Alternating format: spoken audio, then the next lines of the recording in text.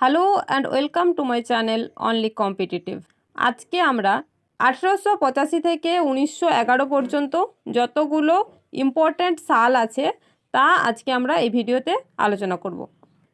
1885 সাল, এই সময় ভারতীয় জাতীয় কংগ্রেস প্রতিষ্ঠা হয়। ভারতীয় জাতীয় কংগ্রেসের প্রতিষ্ঠাতা কে ছিলেন? Allan Octavian Hume. সেই সময় ভারতের ভাইসরয় কে ছিলেন? Lord Dufferin. 1885 সালে ভারতীয় জাতীয় কংগ্রেসের প্রথম অধিবেশন হয়। এই প্রথম অধিবেশনের সভাপতি কে ছিলেন? সভাপতি ছিলেন উমেশচন্দ্র বন্দ্যোপাধ্যায়। 1887 মাদ্রাসা অধিবেশনে বাদরুদ্দিন তৈয়বজি জাতীয় কংগ্রেসের প্রথম মুসলিম সভাপতি হন। তাহলে জাতীয় কংগ্রেসের প্রথম সভাপতি হলেন উমেশচন্দ্র ব্যানার্জি, প্রথম মুসলিম সভাপতি হলেন বাদরুদ্দিন তৈয়বজি। যদি বলা হয় প্রথম মহিলা সভাপতি তাহলে কে হবে? Annie Besant. অ্যানি বেসান্ত কত সালে জাতীয় কংগ্রেসের সভাপতি হয়েছিলেন?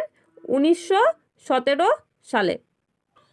1896 সাল, এই সময় কলকাতা অধিবেশনে বন্দে মাতরম গানটি গাওয়া হয়।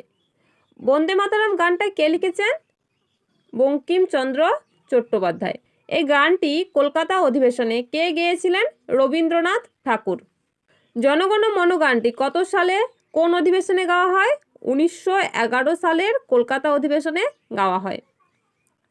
1896 সালে জাতীয় কংগ্রেসের সভাপতি কে ছিলেন? রহিমাতুল্লাহ এম সায়ানি। 1904 ভারতের গভর্নর জেনারেল তখন কে ছিলেন? Lord Curzon. তিনি কি করেন? ভারতীয় ইউনিভার্সিটি আইন পাস করেন। 1905 সাল, এটা একটা হিস্ট্রির গুরুত্বপূর্ণ সাল। 1905 সালের 11 জুলাই কি হয়? বঙ্গভঙ্গ ঘোষণা করা হয়। 16 অক্টোবর সেই বঙ্গভঙ্গ কার্যকরী করা হয় এবং বঙ্গভঙ্গকে রদ করা হয় 1911 সালে। 1905 সালে বঙ্গভঙ্গের জন্য ভারতবর্ষে একটি আন্দোলন হয়। কি নাম সেটার? স্বদেশী আন্দোলন। 1906 সালে কি হয়? মুসলিম লীগ গঠিত হয়। তোমরা আমাকে কমেন্টে জানাও কে মুসলিম লীগ গঠন করেছিল।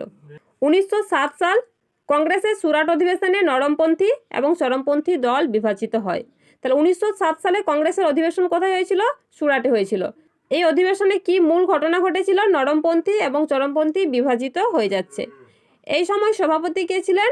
রাসবিহারী ঘোষ। Thank you. ভিডিওটি ভালো লাগলে লাইক করো, বন্ধুদের সাথে শেয়ার করো আর চ্যানেলটিকে সাবস্ক্রাইব করে পাশে থেকো।